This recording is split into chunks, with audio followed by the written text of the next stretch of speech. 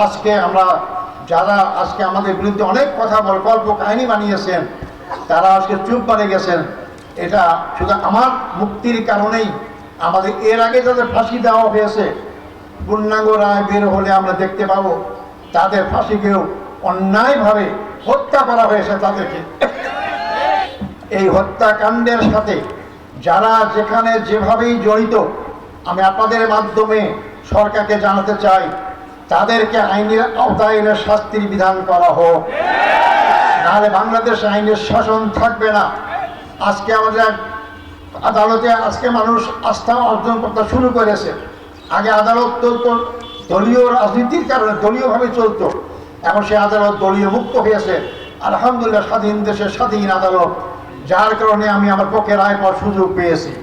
আমার তো রায় হয়ে গেছিল, একদম ফাঁসি কার্যকর করা হবে।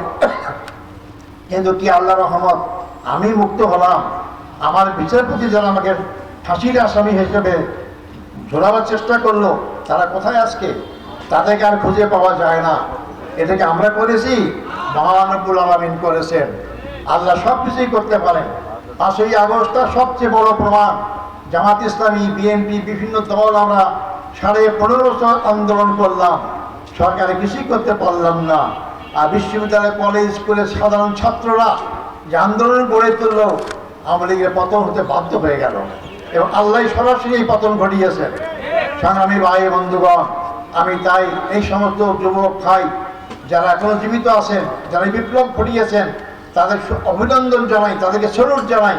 তারা দেশকে আধিপত্যবাদী শক্তির হাত এবং ফ্যাসিস্ট সরকারের হাত থেকে রক্ষা করতে পেরেছেন।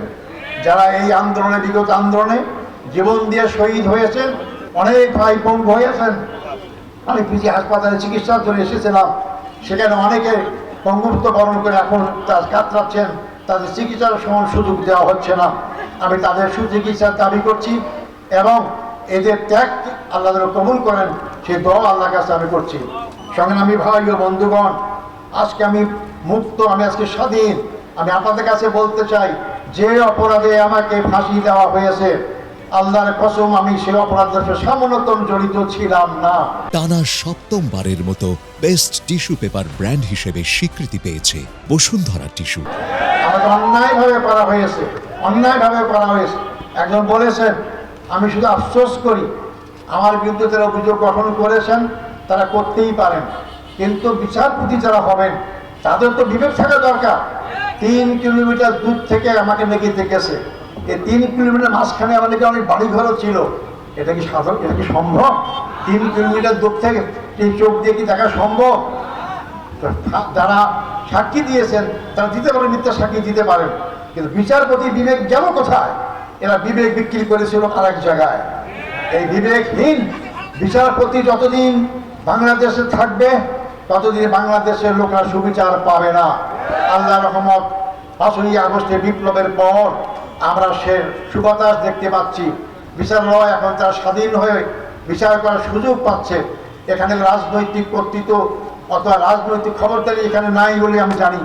আজকে তাই আমরা স্বাধীনভাবে কথা বলার সুযোগ পাচ্ছি, স্বাধীনভাবে চলার সুযোগ পাচ্ছি। আল্লাহ তাআলা আমাদেরকে এইভাবে চলার তৌফিক দান করুন। ঘরে বলতেন, অমুকের বেটি দেশ ছেড়ে পালায় না, তারা পালায় যায় নাই। সমস্ত মিথ্যা পাগলম্বর ধ্বংস হয়ে গিয়েছে, তাদের অধ্যত্ব আল্লাহ চুরমার করে দিয়েছে। আজকে জনগণ যদি তাদের পক্ষে থাকতো, দেশ ছেড়ে পালাতে হবে কেন? আমাদের তো পালাবার সুযোগ ছিল, আমাদের পালাবার জায়গা নাই। আমাদের জন্ম বাংলাদেশে, আমরা বাংলাদেশেই আমরা মৃত্যুবরণ করব। যাদের জন্ম বাংলাদেশে কিন্তু ঠিকানা আরেক দেশে আছে, তারা একটু শব্দ হলেই পালিয়ে সেখানে যায়। এদের দ্বারা দেশ নিরাপদ নয়। আপনারা সামনে খেয়াল রাখবেন, যারা যাদের শুধু আধিপত্য শক্তির হাতে বন্দী, তার যতই করুক না কেন, তাদের দ্বারাই বাংলাদেশ নিরাপদ নয়।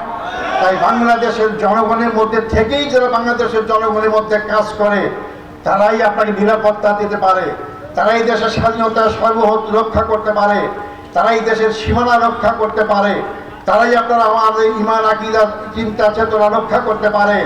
আপনারা আগামী নির্বাচনে সেটা খেয়াল রাখার চেষ্টা করবেন।